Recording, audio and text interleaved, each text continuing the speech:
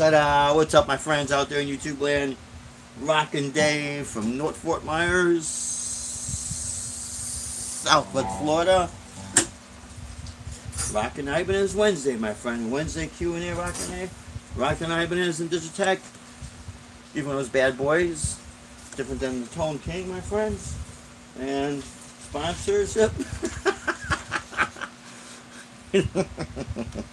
And this much is so true right here, my friends. So true. Of course, all of you participate in all this too. You know? I always like to give credit where credit is due. So, we're down here in Florida, where it's known as sunshine, hurricanes, lightning, alligators, and whatnot. But it's great down here. We really love it. And tomorrow I have to visit with the owner of La Corte, and he's got some more dates he wants to throw at me for the busy season. Because right now, in the summertime, it slows down a little bit because it gets so hot down here, you know. But I'll tell you what, that's one place that's been extremely good to us. A lot of places have been good to us, you know. But they kept us busy through the whole year. How about it, Deb? La Corte? Yep. Yeah, La Corte is awesome. Yeah. We got down here July 28th last year, and August 5th we started gigging, and it was like the middle of August when we started gigging at La Corte. That's where I do a lot of classical and Spanish guitar. And we started gigging there in the middle of August, and it's been every week there since. The last couple of weeks it's been every other week, only because of slow season.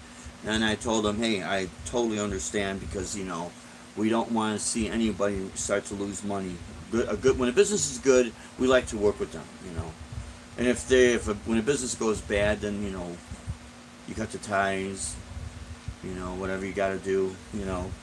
But these are good people. They really are good people. So, but then of course I got my trusty little Ibanez. That's why I got it Rockin Ibanez. So let's see, we got some dry heat 480. How are you, Bumble Best? You like that? I got a little story behind that. Adam EVH, good seeing you, my friend. Oh, thank you so much, Adam. Killer plane. I just, I love what I do. To me, it's a gift from Almighty God. I don't take it for granted. I just love what I do. He gives me a gift. He puts it over there. He wants to see me put a little effort into it. So it's a two-way. It goes two ways there. You know what I mean? But a lot of what I do is very, I gotta say, this particular piece that I was just jamming out here with the Digitech. It's based off of a B minor and an A minor, because dealing with a lot of classical guitar playing pieces, a lot of it's in minor keys, and it's just something I really like to do. Let's see what we got here. Yes, Bumble Bassett. Johnny Bean, how are you, my friend? It's always good seeing you. Always good to see you. Always enjoy your shows when I can. And here comes, what's this? Let's see. Deb's got something here. Hey, that. My mom and dad. My mom's 90 years old, 90. From Birmingham, England. And my dad's 82. Yeah, going My strong. mom got herself a younger man. They were in the Smoky Mountains just My recently. dad's family's from Mexico. My dad's full-blooded Mexican. My mom's full-blooded British. So I'm 50-50. 50-50. I'm a 50-50. Yes. Hey. Adam says, hey, Dad. Hey, Adam. Hey, everybody. Yeah. It's really interesting. We haven't been to England yet. Jim Geachard, how are you, my friend? Give me one of those. I don't like to, use other people's things, because I just do it out of respect, That's why the Tone King gives you one of those bad boys right there. Maybe one of these days when we can get a chance to go to Gear Fest, and we can run into the Tone King and hang out with him and jam out a little bit. And especially all you guys, So that's where I got all that from. Now, we do have our rainy season, so if we're doing little dropouts, Metal X, how are you doing, my friend? Metal X has got a real similar Digitech. And Nine Phantoms, how are you?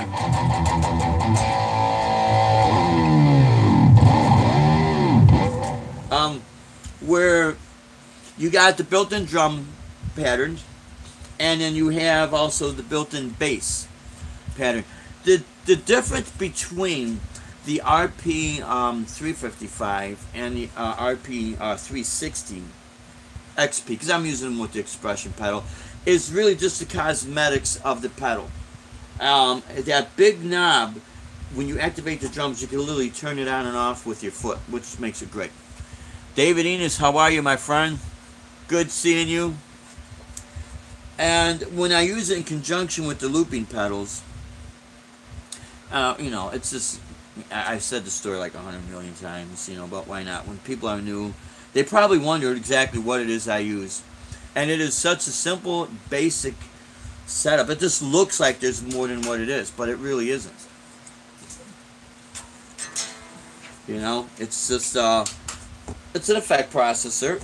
And I always run it through a powered PA speaker, because when you're going to add drums and bass, you need that full range sound. And so that's why I'll use it. And it's, with the amp sim, it's not too bad, really. You got this nice punchy sound.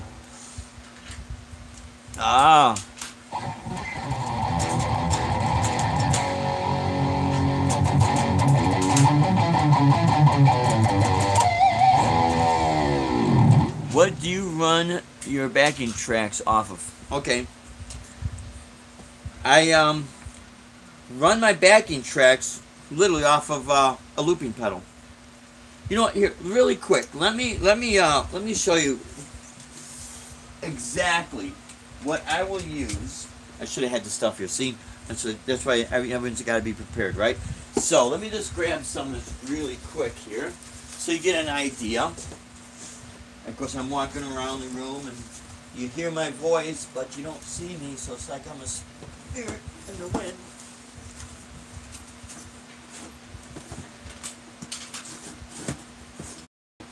Okay, so basically, this is what I got. Okay, gee, I feel like anyone from Chicagoland area would know about Bozo Circus, right? Kids win all these prizes, bucket number 6, you know. Anyways, so this is one of, we have 4 of these, and I'll tell you why we have 4 of these. Sounds crazy. Maybe it's overkill. Okay.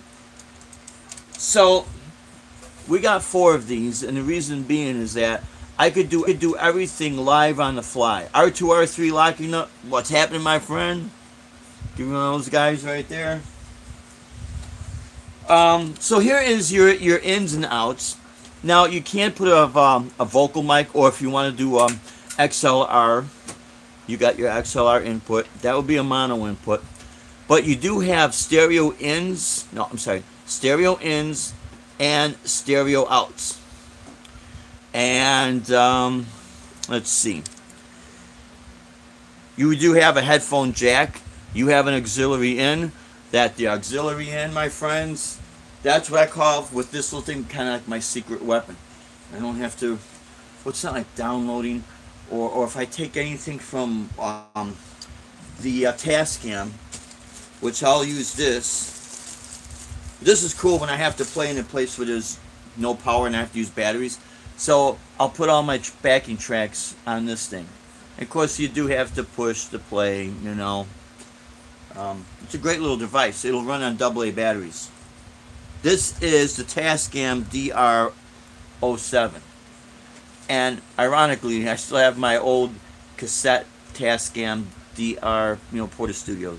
Or not DR, or Porta Studio 07. I heard Chicago. Ah! Yeah.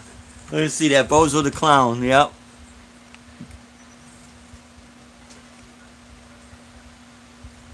That's right, R2. You did hear Chicago and Bozo the Clown with Cookie. Remember Ringmaster Ned? That was back in the days, man. Wizzo the Wizard. And Wizzo the Wizard. And then, okay, so here you have a foot switch input that you can do reverse. You could have the tracks come out in reverse, or you could slow things down by half, which I really have no function for that. This right here, this is an interesting output. You could take this output, even though it is 1/4 inch, and rhythm out. This does have like a rhythm kick. So if you were to take this, and let's say you're basing your live looping off of a specific click, this will be like a kick drum.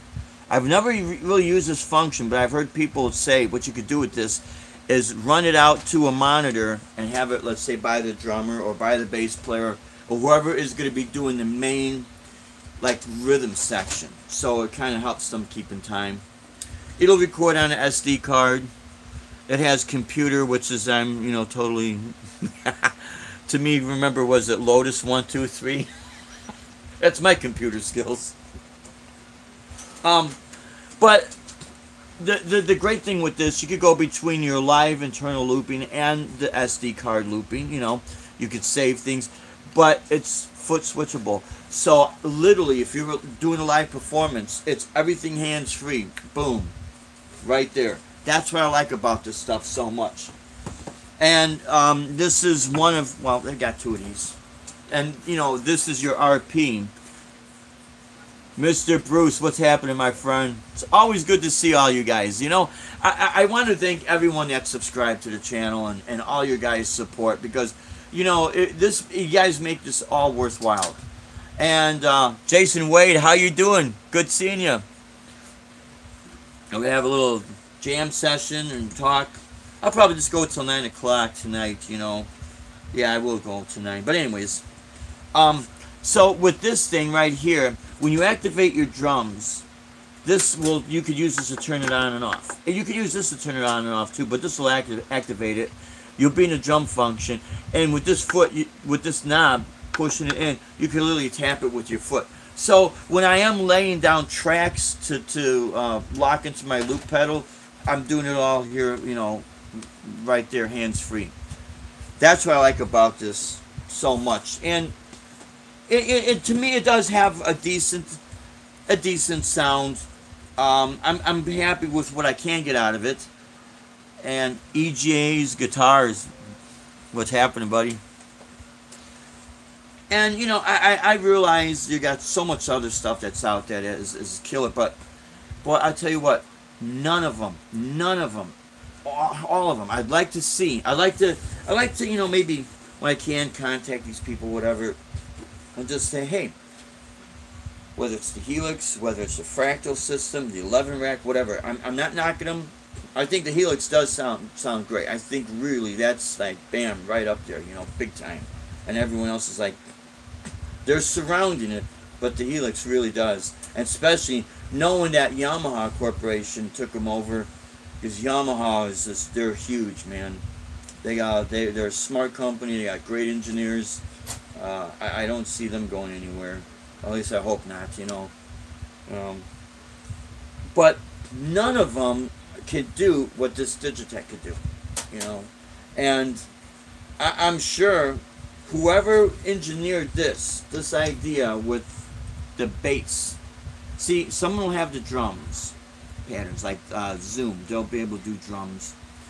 But this sub bass, the sub octave thing that's in here to do your bass simulating, I'm not saying it'll ever replace a bass player, but I'll tell you what, when you're in a live setting and you got to improvise something on the fly and you need that full bottom end, this thing really does it, man. I'm just shocked. It blows my mind. And it's just amazing that these companies, maybe they will, who knows, right? Maybe they'll contact, if Digitech is faded away, or that the engineer behind this, if he's like a free agent, you know, he's gonna go from the Cubs to the Sox, right? I'm sure you get someone that's smart that's gonna say, hey, you know, let's grab so-and-so that worked for Digitech that came up with these ideas, because you got that squirrely guy out there from North Fort Myers, Southwest Florida, and he just seems like he's just out there playing. He's making a nice, earning a decent living, having a good time. He loves what he does. He doesn't seem, he gives a crap. He's not starstruck. You know, all that, you lose that after a while, man. You know, you start really focusing on all your ideas, and it's just, man, you just run with it, you know. But it'd be interesting to see if someone grabs him, or, you know, somebody maybe at the Helix, you know, at the Yamaha, and maybe the next version of the Helix will say, all right, let's lay this out where it is extremely, it could do a lot of things, and it's not going to be breaking down and you got to worry about it or whatever. Because I'll tell you guys, in the gigging world, you know, we're always up against the DJs. Ooh, yeah, that's right, I did switch to lefty. How about it, man? Right? I always drink my little cappuccino coffee from the German lady at this insurance company. Maybe you know, she's a nice lady. I forget her name, and I really wish I wouldn't have forgotten her, because she was good. So yeah, we are still backwards. You're probably like, okay, well, how come that's backwards? So I took Mr. Bruce's idea, and I literally did this. I wrote this down, a little piece of sticky notes paper. I wrote it, and then I stuck it in the mirror, and then I copied it backwards. You gotta enjoy life, man, right? But what I was going to say is that I think it would be really cool with these companies if they could start looking at what's going on in the gigging world with right, Mr. Bruce, right on, man. You got it all together there. You got it all figured out, man. You know what's going on in the gigging world is that a lot of places, they're trying to figure out what's going on, what should we grab onto. You know, restaurant and club owners, you know, they have all that overhead, and you know, they got to really focus on their bottom line and, you know, keeping their business going and everything.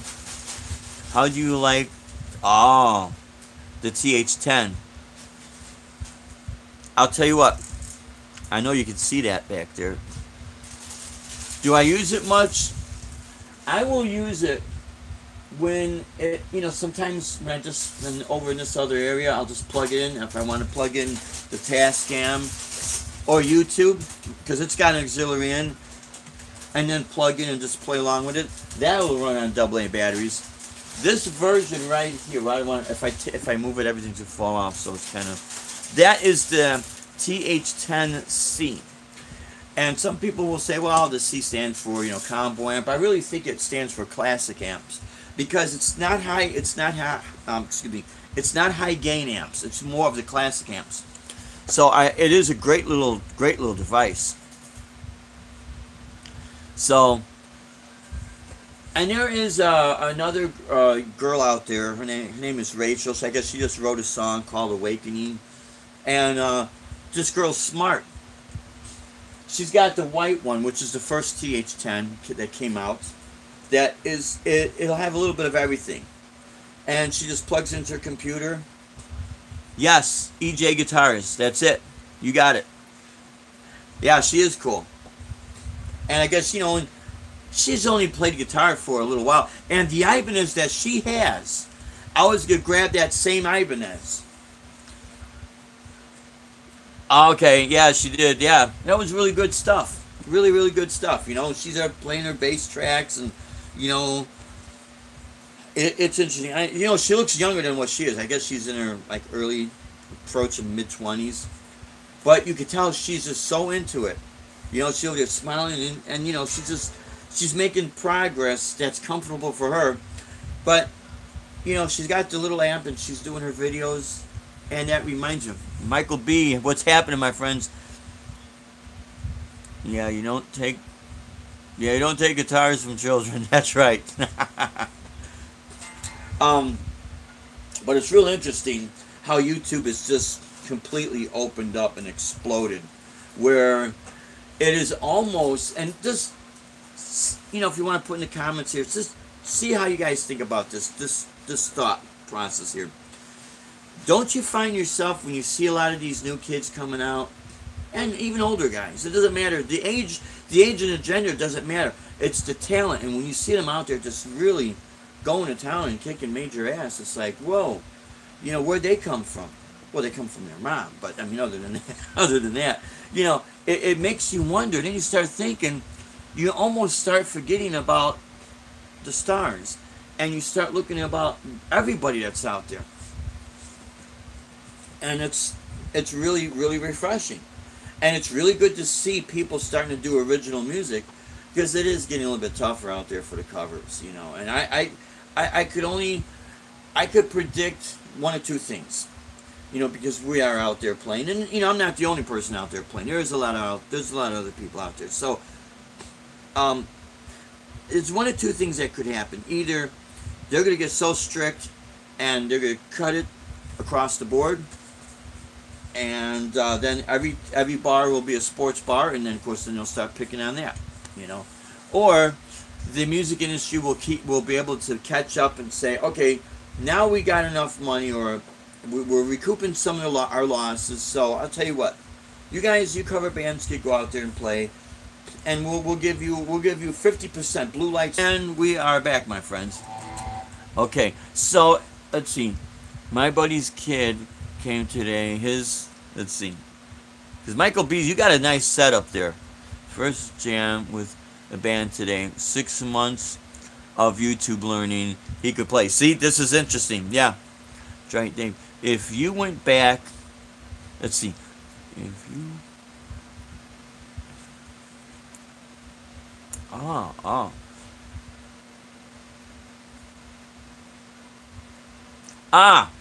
Dry Heat, thank you so much for $3.99. 10 years old, Michael B. says, awesome. Yeah, Dry Heat, that's awesome. Thank you so much. Thank you so much for that. You know what? Another guy said the same thing, and I know I'm friends with him, and I have to find him again, but he did say that we were able to get this price back down because musician's friend, because we got that Guitar Center, we went back and we're able to take care of business yet. There's a Guitar Girl. Hey, this is really cool. I'm Guitar Girl. I'm glad you joined. I like the jam you did with your Roland. That was cool. And building the Rory Gallagher Telecaster. Rory Gallagher. The first time I heard him, this was 1979. R2 R3 from Chicago. We had the Loop. Just recently, the Loop radio station switched over to a Christian station, so it's no more the Loop. And last few years, it's been 97.9 the Loop. But back in the day, it was FM 98 where Chicago rocks. 1979, I heard the album Follow Me. I think it was Follow Me. It had the song Bad Penny. Bad Penny. And it was awesome. It was really awesome. As a matter of fact, the Rory Caster. Yes. I think that's great. I think that's as good as... You know what? You might be onto something. And it seems the Telecaster style guitar is getting a little bit popular here. And it's really good to see. I've never owned a Telecaster. I remember I was going to buy one. It was 1980 something. Very early 80s. And, when you're young, you got so much ambitions and you have no money, right? So I had my Ibanez Artist and I was good with that. That was my first good guitar. That's why I chose to figure, you know what? The Ibanez, it's 40 years ago that Ibanez was their own entity, and my Ibanez Artist came out 40 years ago. And, that's long gone now, but anyways, yeah, it'd be interesting to see how your Rory Caster comes out. That is just really, really cool. Oh yeah, that's a badass song. That is a badass song. I remember on the Loop they played the song Follow Me, and back in the day it was, yep, XRT too. I'm sorry about that. Yeah, that's right. Is XRT still on radio in Chicago? I don't know. R2 R3 Locking Nut would be able to answer that. XRT was another really, really cool radio station, because they were like one of the first stations that was on, I guess, network, because back then we didn't have the internet, so we just had the radio and TV, and But anyways, WXRT would literally play anything, and I remember hearing a let's see, was it Talking Heads? Oh, I can't remember. It was like that type of a band. And another song that was maybe by The Clash, and then another song that was in that same vein, in that style. And then they played Al Di Meola's Race with the Devil on Spanish Highway. And it was so cool, because if it was up to them, they would only, if they wanted to, only play Eruption.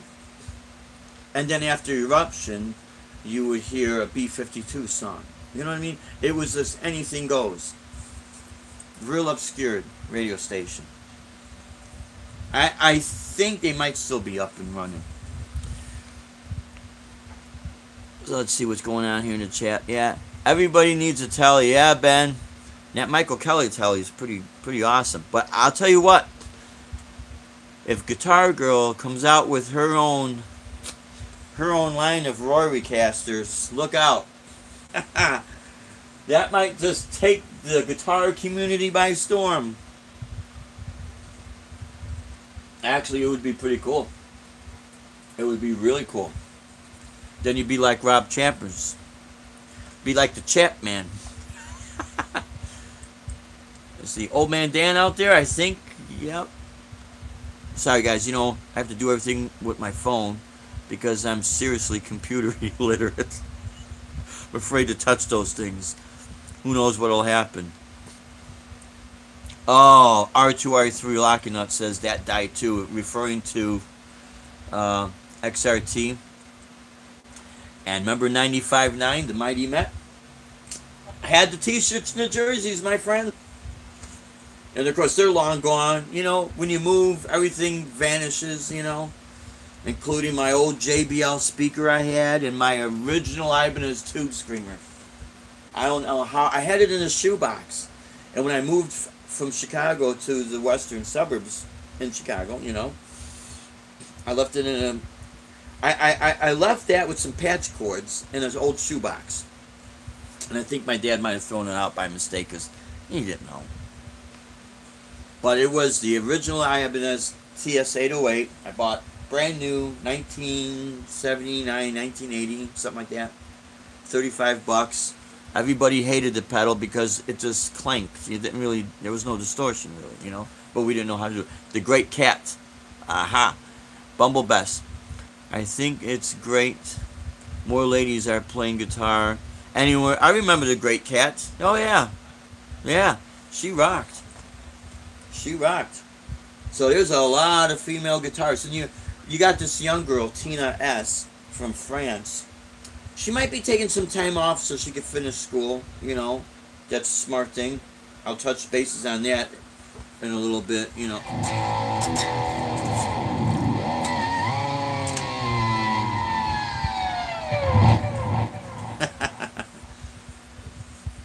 This is pretty cool. Setting the delay at, was it 500 milliamps? I don't pay attention to any of these, you know. Maybe I should, you know. That's my fault. I just, whatever I hear in my head, if it sounds close, I like it, I leave it, you know, and that's good enough for me. But when you do the volume swells, you know, like you know, Rush, La Villa Strangiato. I used to have the Morley wah volume, and the volume worked better than the wah in my opinion. But just having that long delay.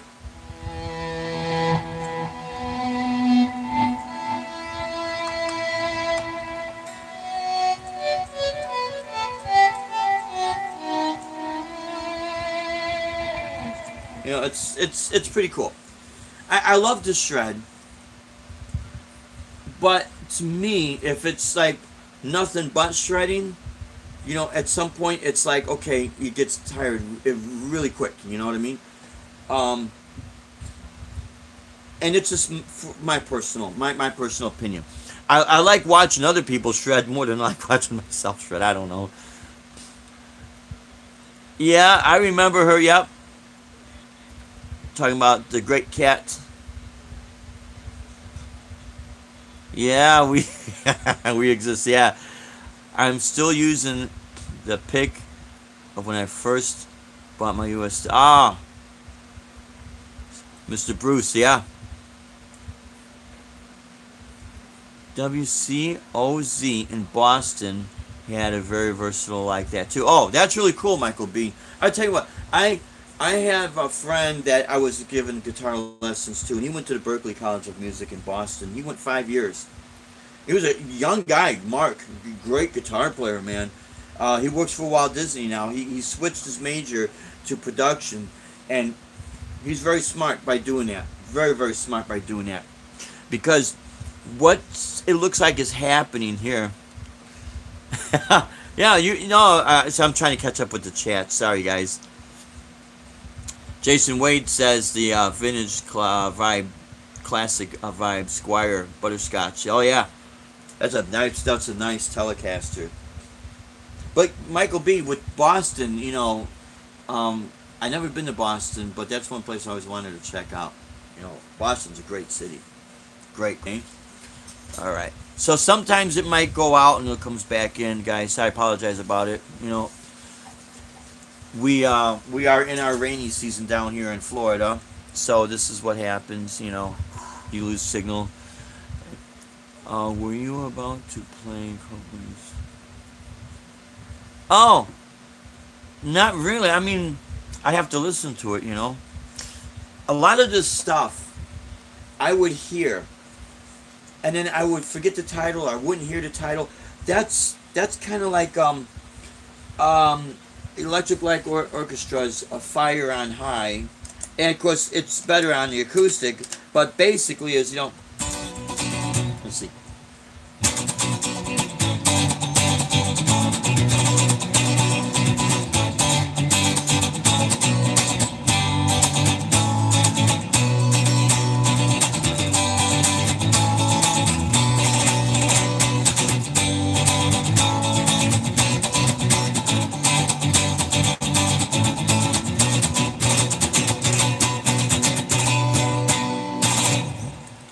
We used to hear that on an ad for the races, the car races back in Illinois, and they would just play that as a backing track. I didn't know what it was until later on.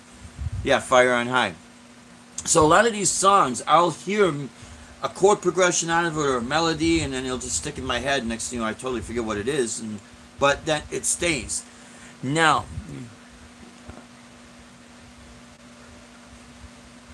Let's see. I'm trying to catch up with our chat here.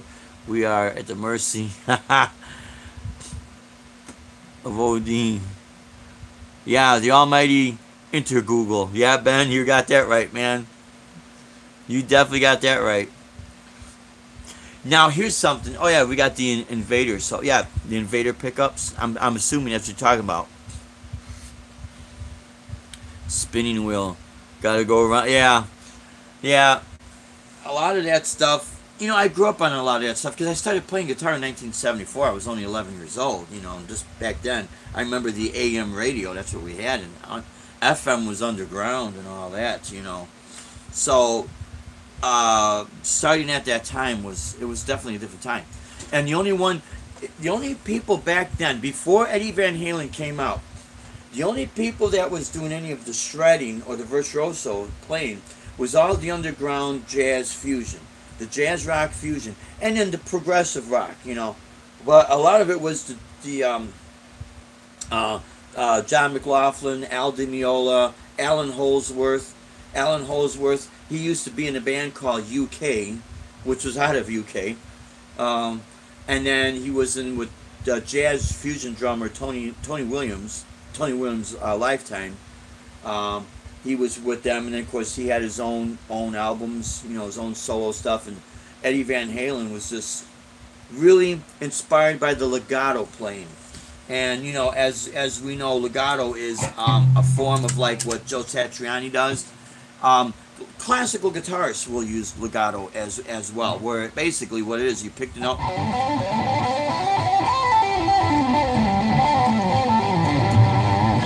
Now it's very fluid. And Alan Holdsworth was not tapping. I'm sure parts of it he would tap, but he had really the ability to do stretch. And I don't think it was because he had super long fingers. He was able to jump, to the next frets.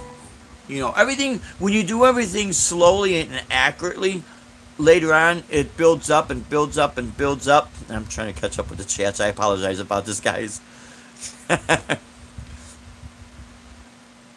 Yeah, Mr. Bruce, yeah.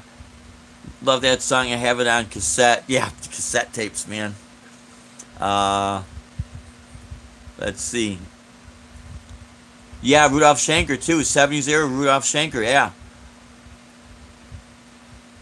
Let's see. Bumble Bess has got a statement here on the Strats. Oh, yeah, the Texas special, yeah. Yeah, Seymour Duncan. Does anybody remember the lace sensor pickups? The Fender's idea, so they would be like noiseless. And I remember seeing them in the late 80s at a store called Guitar Shack, and then it became Guitar Plus. It was trying to be like Guitar Center, And actually, that's when I first seen the first ESP guitars. Okay, love them, yeah. And Michael Schenker, not Rudolph Schenker. Yeah, Dry Heats. Yeah. Yeah, Ben, you remember lace sensors. Basically, they're EMGs, yeah. Now, I don't know, Ben, if they had the battery or not. This is the only thing and I know EMG has evolved, I mean, my only experience with EMG was back in 1989, and I remember doing a show with a band I was in called Fourth Rising, and it was a metal band, and the guitar I had was called Monroe Custom Guitars. Yes, they were active. Okay, okay. And back then, see, I think what they're doing now, Schecter's doing this, Ibanez is doing this, wherever they're using the EMGs. You know, you got the battery access panel. That's brilliant. That really is, because back in the day, you'd have to take the screws and unscrew, and literally the battery was just plopped right in there. And on my Monroe Custom guitar, I had that, and when the battery would go dead, man, wow, boy, right in the middle of a set, you know, zzz, you know, you'd be playing with clean sound and everything is just, you know, fizzing and farting and, you know, doing everything. It's like, wow, okay, I got to get rid of this thing, you know. So that was kind of my turn off to EMGs. But, you know, everything changes over time. Everything evolves. You see, I hid my battery in the control cavity of my... Oh.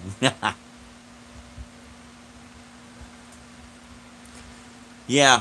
So let's hope that Guitar Girl makes her Roycaster with... if she's putting EMGs, easy battery access. If she doesn't, she'll just say, you know what? Just use regular pickups. What's wrong with that, you know? But, you know, again, everything serves a purpose.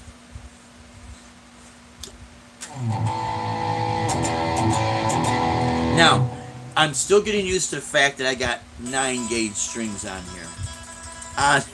You like that? Guitar girl likes that. Yeah.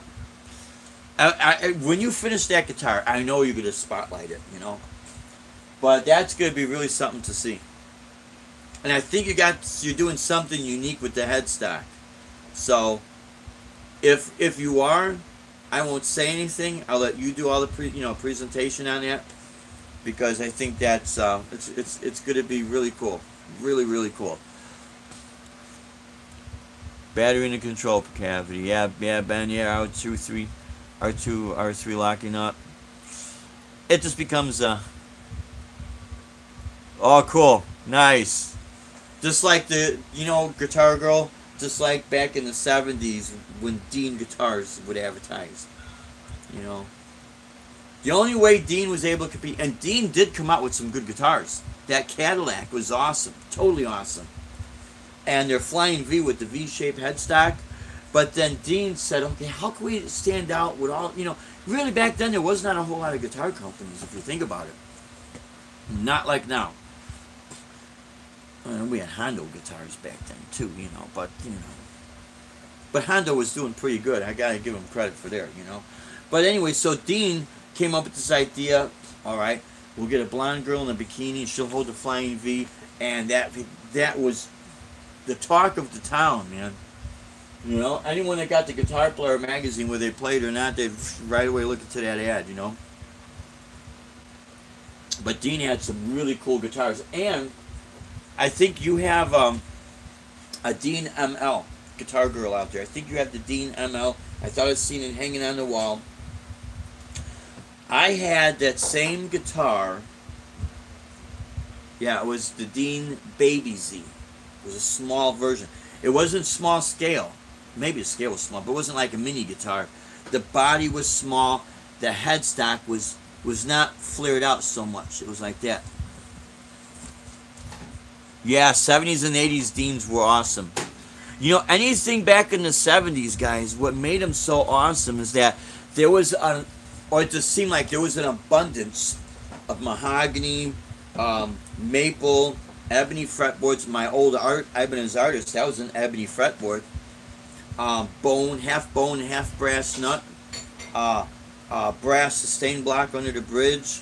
I only paid $350 for the guitar. It was used, but it was not that old, because I bought it either I think it was late 1979, because I had it on layaway. We didn't have credit cards, We were kids back then.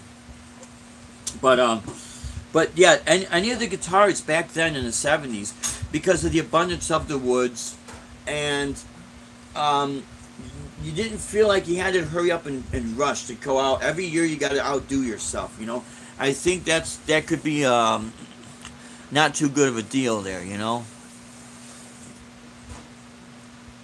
Yeah, people want a 67 to be, yeah, to be all original. I'll tell you what, guys. Yeah.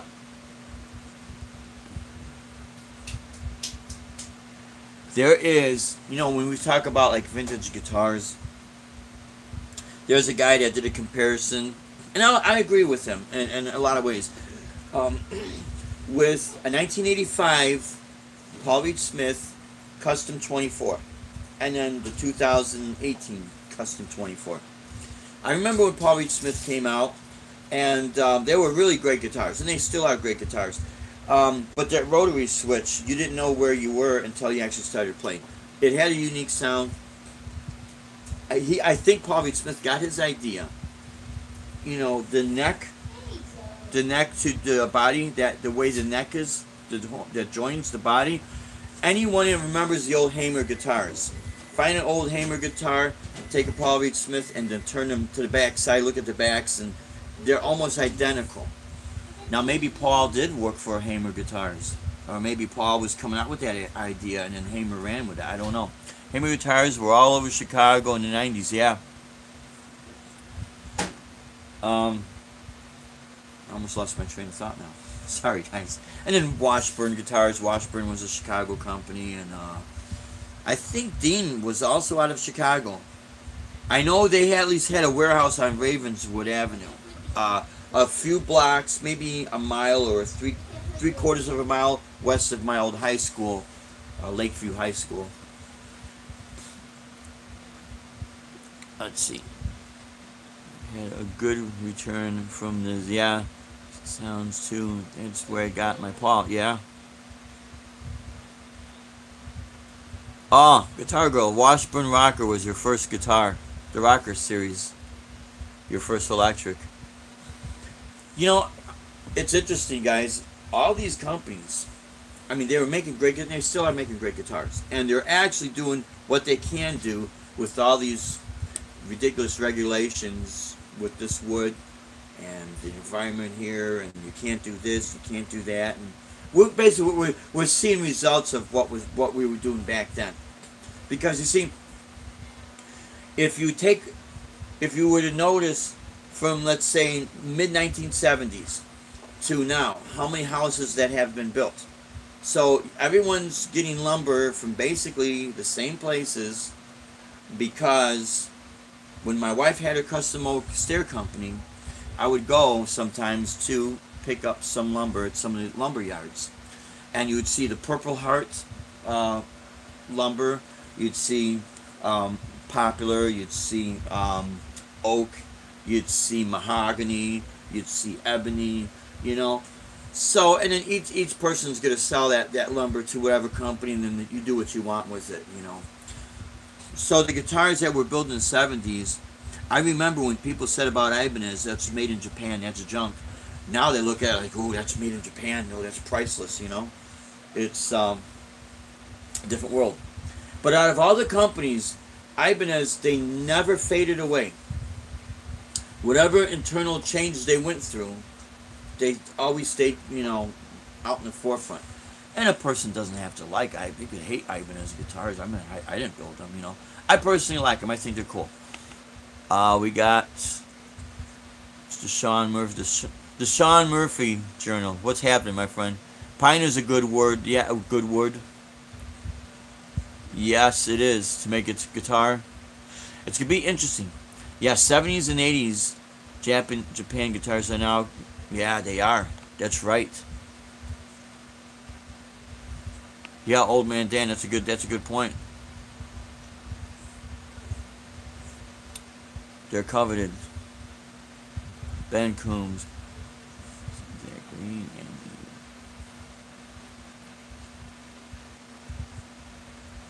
Oh yeah.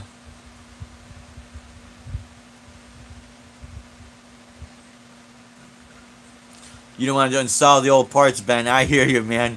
I'll tell you what, guys. When you're doing a lot of gigging, hey, Arvon, what's happening, my friends? How you doing, buddy? Court guitars. Court guitars were real good, man. I had a black Court Les Paul. I had a couple of Court guitars in the early 1990s. And I'll tell you what, I could care less what it says on the headstock, as long as it stays in tune. And this guitar, I'll tell you what, I mean, other than the humidity, you know, it gets hot down here. And a lot of excessive, you know, string bending or whammy bar, but it really seems to stay in tune.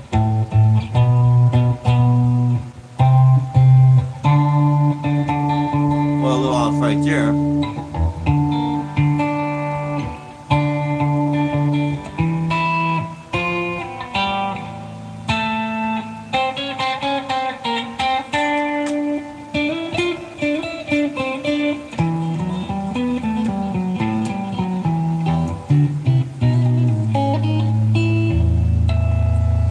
So I mean, it's pretty reliable, I have to say.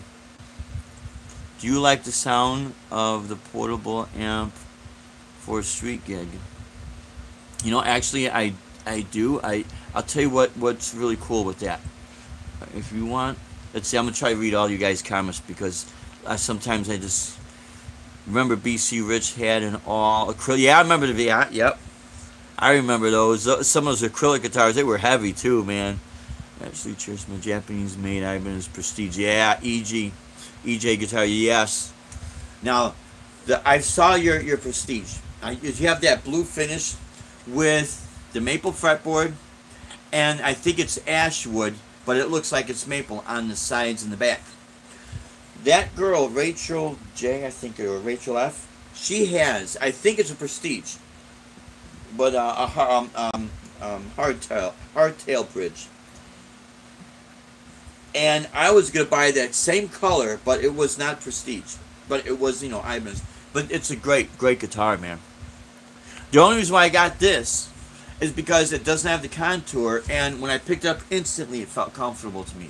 You know, so at first, honestly, I wasn't too big fan of the maple fretboard. I mean, I think they're kind of cool on Strats and that, but then I realized, I remember doing this private gig in Chicago, and we forgot to bring any lights out because we figured, okay, we're going to only play from maybe 6 to 9 and call it a day. And then they kept asking me to play out extra, and they kept paying me to stay there.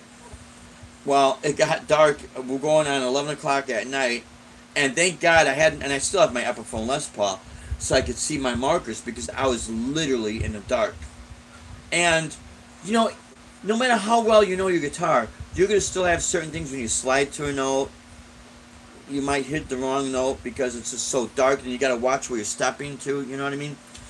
So one thing with the maple fretboard, at least you'll be able to see it in the dark. I tell you guys, I've been in some weird situations playing, man, you know. But they all paid, and I loved it. A great experience, you know. Let's see, if you want a still undervalued, Strat, look for a 96, 97 Squire, yes. The Protones that were built in the Court factory. Yep.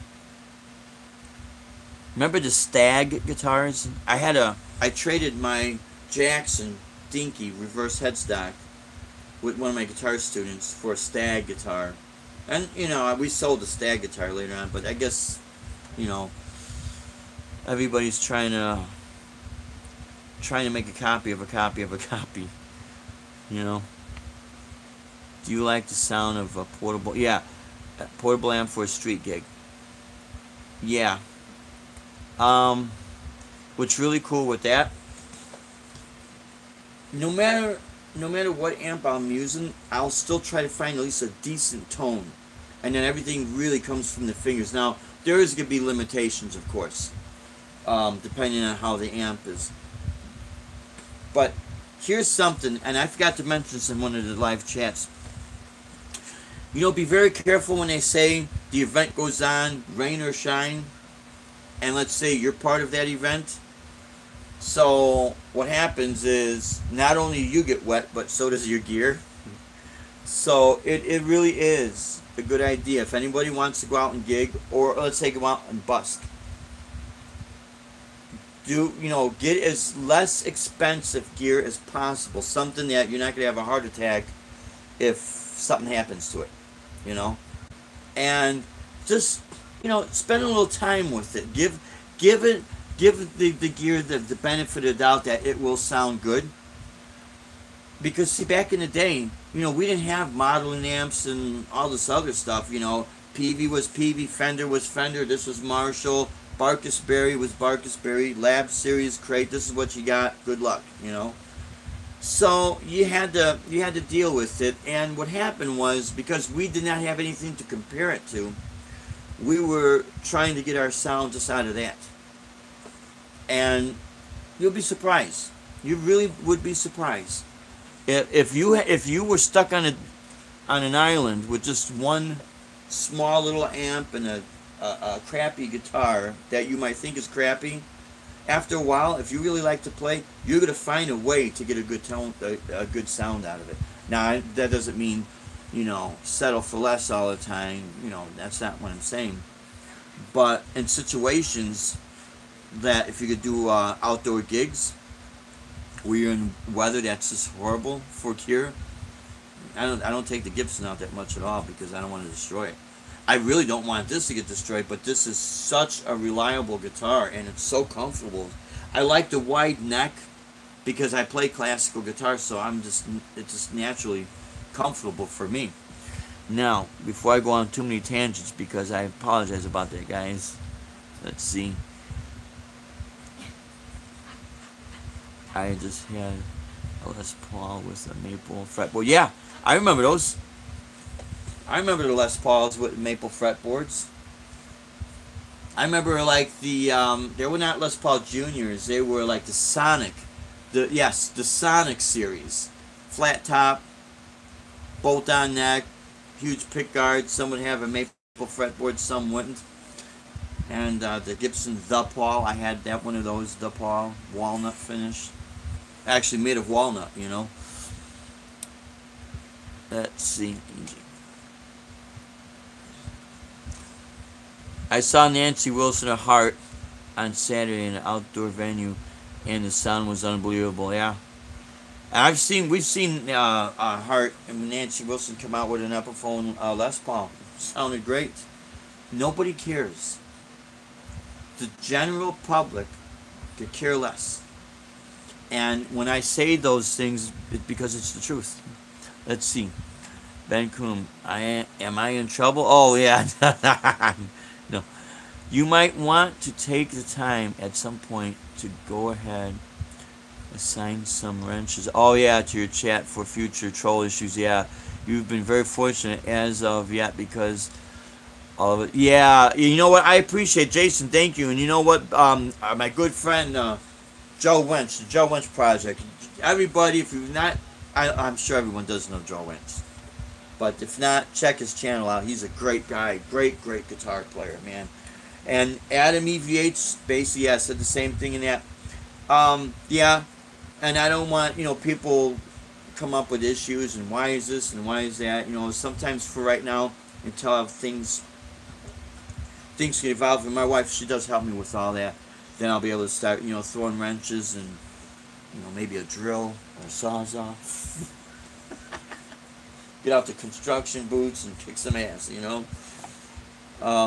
But some of the trolls, yeah, and it's really too bad because we've got a great platform here, and I don't understand why people would want to do something, because I'll tell you what, this platform goes away, or if something happens where everybody's got to be charging $5 a minute or something, watch the tears and the issues with the tissues come out, because that's when people will realize it's not going to be any of the good people. You guys are great people, but these trolls, they're going to say, okay, now what are they going to do? They ruin it for themselves. So why even be that way?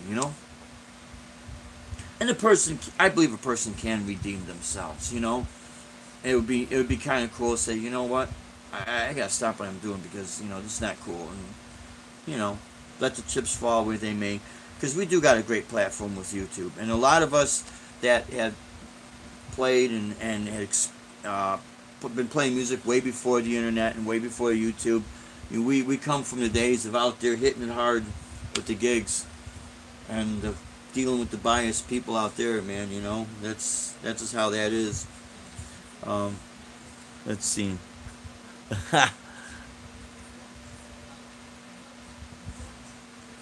So yeah, I'm checking out. Yeah, this way.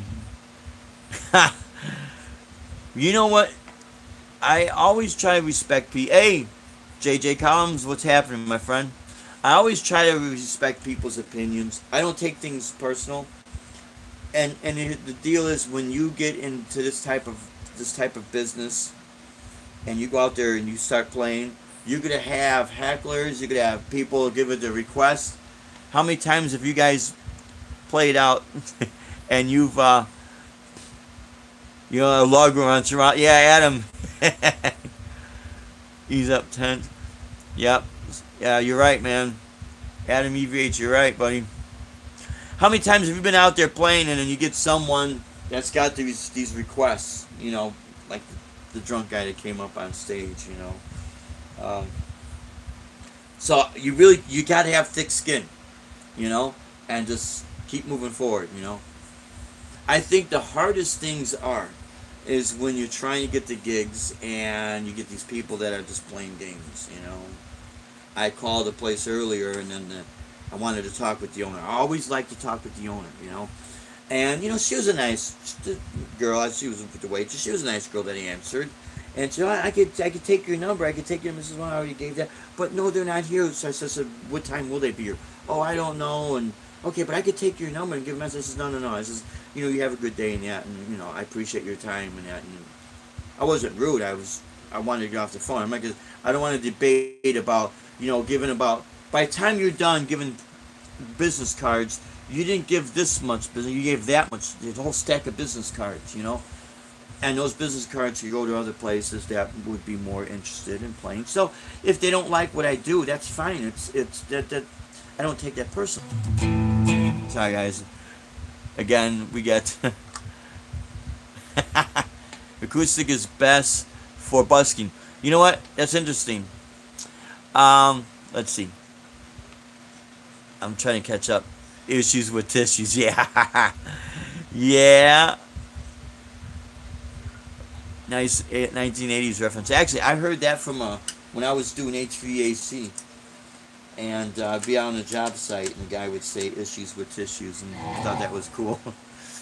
Yeah, busking. Dave, do you like playing rhythm, lead, or bass guitar in a new band? Let me see.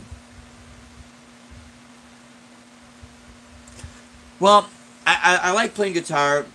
I laid down my own bass tracks. When I'm doing this like live on the fly, I'll use the bass simulator. But my wife does have a BC Rich Warlock bass, and actually I've laid down bass tracks and would work on popping if it's something that would require popping and slapping. I'll work on that a little bit.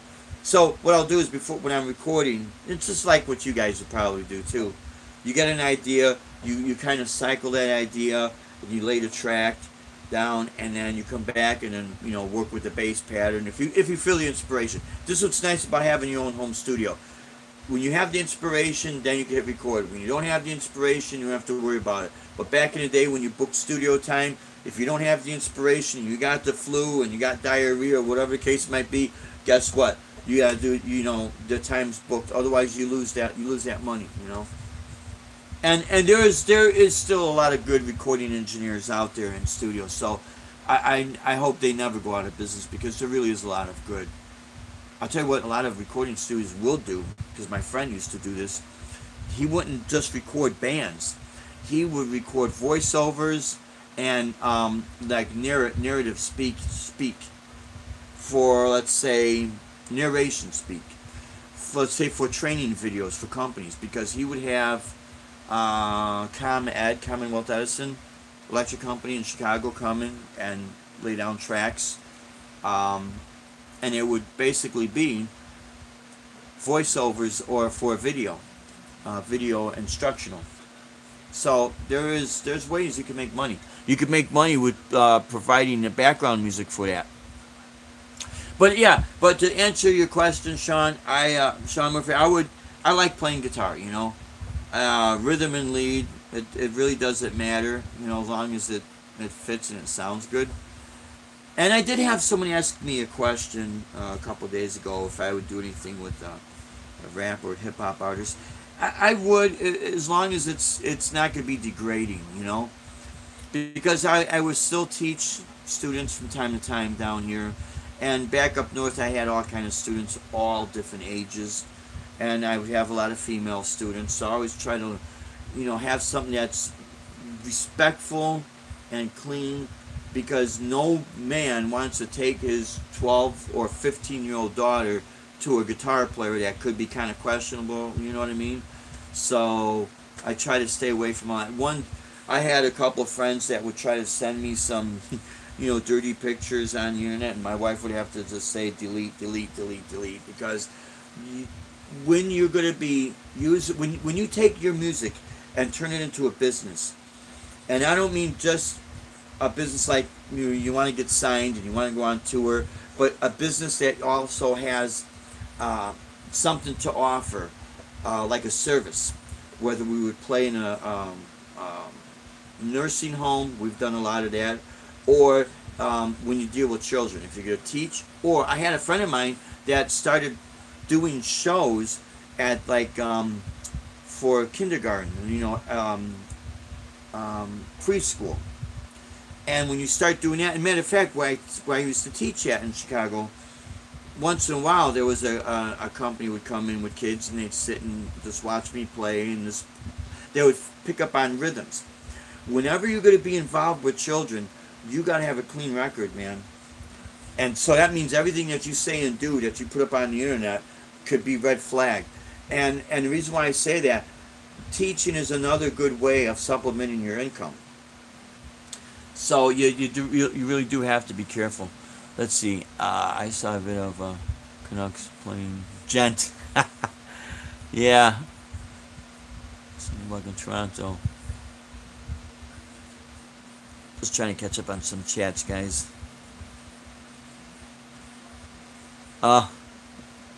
See, I do the same thing, guys, because I do everything on my phone, and this is how I type with one finger because I'm not really good with typing.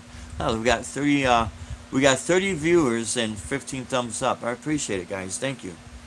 Really, really appreciate it. Joe Winch Project does voiceover commercials for the... How about it, Adam? That's awesome. Oh, God. Oh, but the struggle is real, yeah. Let's see, yeah, we know about those. Yeah. Stay clean, peeps. Yeah. You know, Guitar Girl, it really is, because you'd be real surprised. That is a deadly gig. You know what, Sean? I remember doing this nursing home. And actually what it was, they were doing like a chef party for all the employees. And they would have these, and they literally was, they had all these different chefs, you know. I put 5-star chefs or 5-star general, I don't know. But they were really good chefs. Anyways, I'm doing my sound check, and I happen to play a few measures of Don't Fear the Reaper, and I'm thinking, oh crap, I better not play this because I'm in a nursing home. You know, it's not going to go over too well. But they liked it. They clapped. They didn't basically know what I was doing. To them, it just sounded good, you know. Let's see. Joe does his, yeah. Yeah, he really is entertaining. So, busking. Here's the cool thing with busking, guys. And I remember seeing this on a video. Yeah, just having the wrong opinion could just bite you. You know, it's just, that's why I always try to respect everybody's opinion in that, and you know, stay away from religion and politics. You know, let everybody can do what they want. You know, as long as it's legal and moral, that's fine. You're all right. You know. But let me talk about the busking.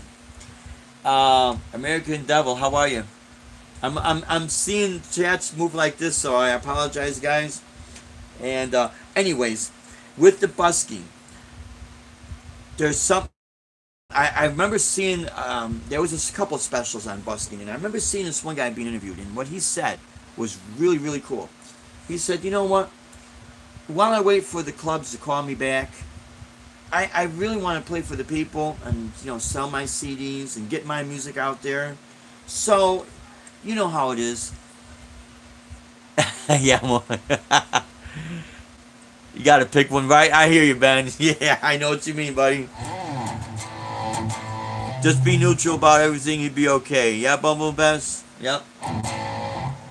So the guy said about doing the busking, you know, you take your music out to the people, and you know, you don't have to worry about the club owners gonna finally call you back and finally give you the gig, because it's tough out there, guys. It really is. And again, it's also tough for the club owners because the lack of interest in live music, because everyone's got so much stuff to distract their attention.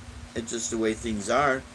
And then with DJs, and even DJs will have a hard time getting gigs, you know, because this DJ says they could do better than that DJ, and you know, it's really crazy. Okay, so, but with the busking, you could just go right out there and Reverend William B. Stiles. Willie B. Stiles, I know you were a guest on the Joe Wentz project, and man, R2, yeah, we got the great guitar player from here, R2, R3 Locking Up. Yeah, he is awesome. Total rocker, my friend, Chicago guy. Let's see, let's see. So, is that guy that played the solo to Rock Around the Clock? You know what?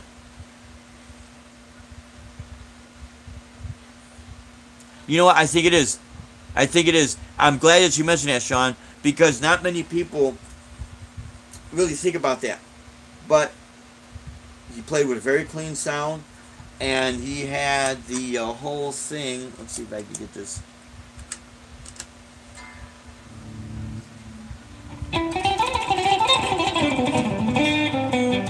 I'm still getting used to these lighter strings, man. It's just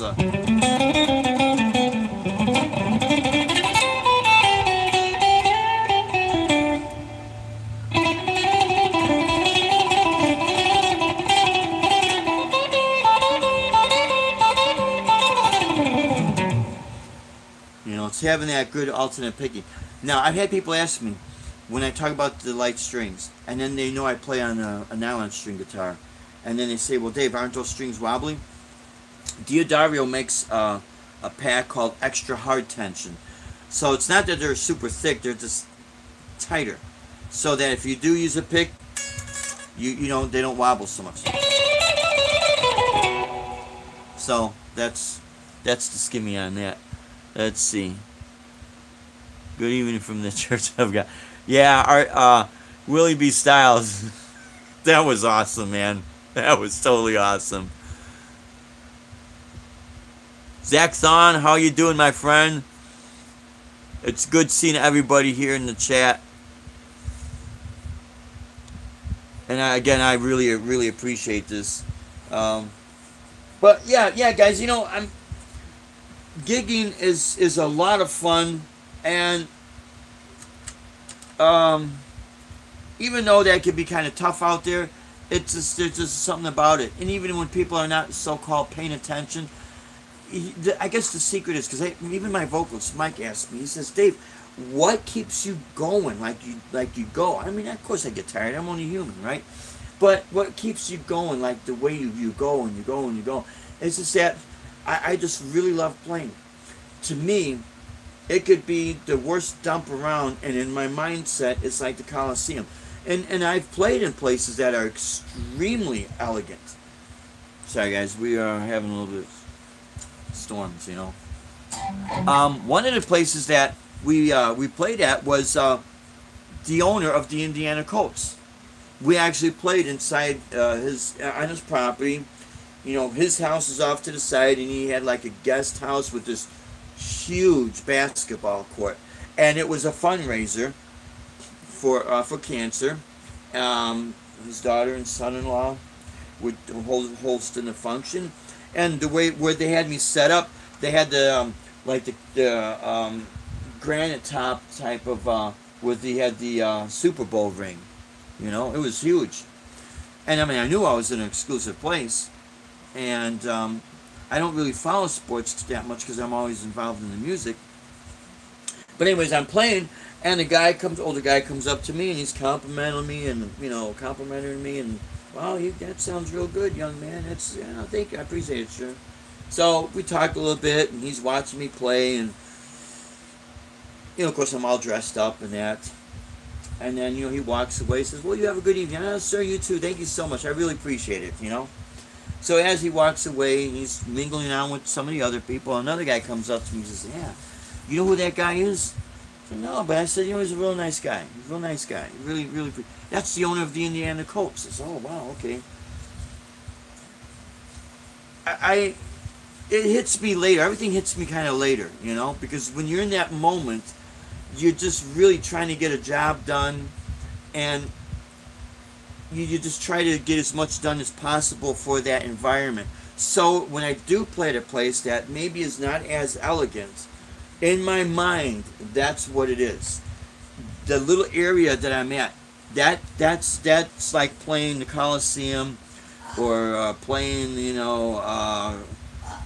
Carnegie Hall, or because it's a magical moment.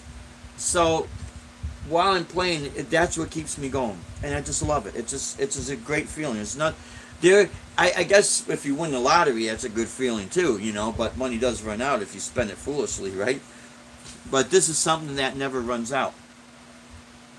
It just keeps going and going and going. So it really is. It's quite a feeling.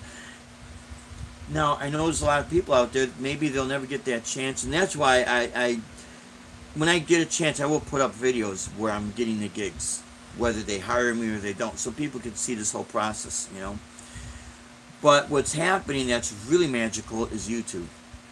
Man, I watch, when I can, I watch a lot of your videos, and I'll be practicing all my exercises and scales and things like that, and no one has to be shredding for them to get my attention, because it's just the way you might play a melody or a chord progression or a certain phrase or a tone that you have. It's so weird. I will enjoy watching a person that's even an absolute beginner, and then when I watch myself, like, okay, that's kind of cool, but I kind of like what this person's doing, because I live with myself all the time. Maybe that's what it is. I really don't know, guys. Now, yes, Jeff Healey played guitar. Yeah, now deceased. Yeah, and he was blind. Yeah, he was a great guitarist. So, yeah. Let's see if I can come up a little bit, because I think my phone might shut off about 9 o'clock, so I want to be up. I will be live again Saturday. Oh, and Saturday night, we will be doing a live stream. Hey, Deb. Gotta call the boss. Well, maybe. Anyways, Saturday. Now we don't have any gigs Saturdays. So this is our first weekend where we don't have any gigs all year, man. It's kind of cool. But I think what we're gonna do is do a shred guitar gig out in our lanai. We'll have our lights. Maybe we get our Fogger machine going, and do some instrumental guitar shredding.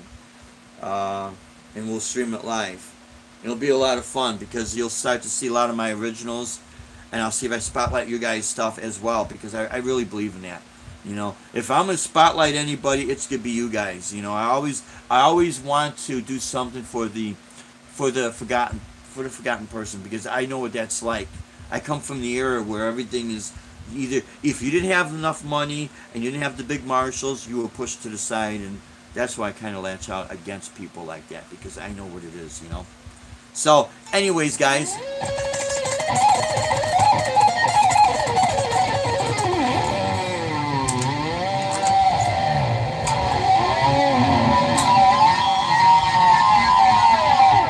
Alright, my friends, Joe Wentz, good to see you, my friends. I might be losing my signal here, so I want to thank everybody for tuning in.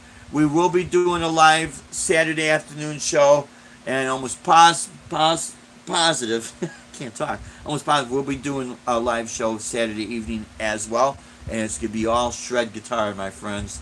So thank you so much for tuning in. Always remember, desire to inspire. hold the doors of opportunity open for people, because that really matters. Ben Coombs, that's a killer saying that you got there, man. I absolutely love it. Keep everything real. Leave off from those bad boys, my friends. Until Saturday, I will see you Saturday afternoon and Saturday evening. Until next time, rock on. Thank you so much. We all love you guys. You're great. God bless you and have a great night. Take care now. Bye-bye.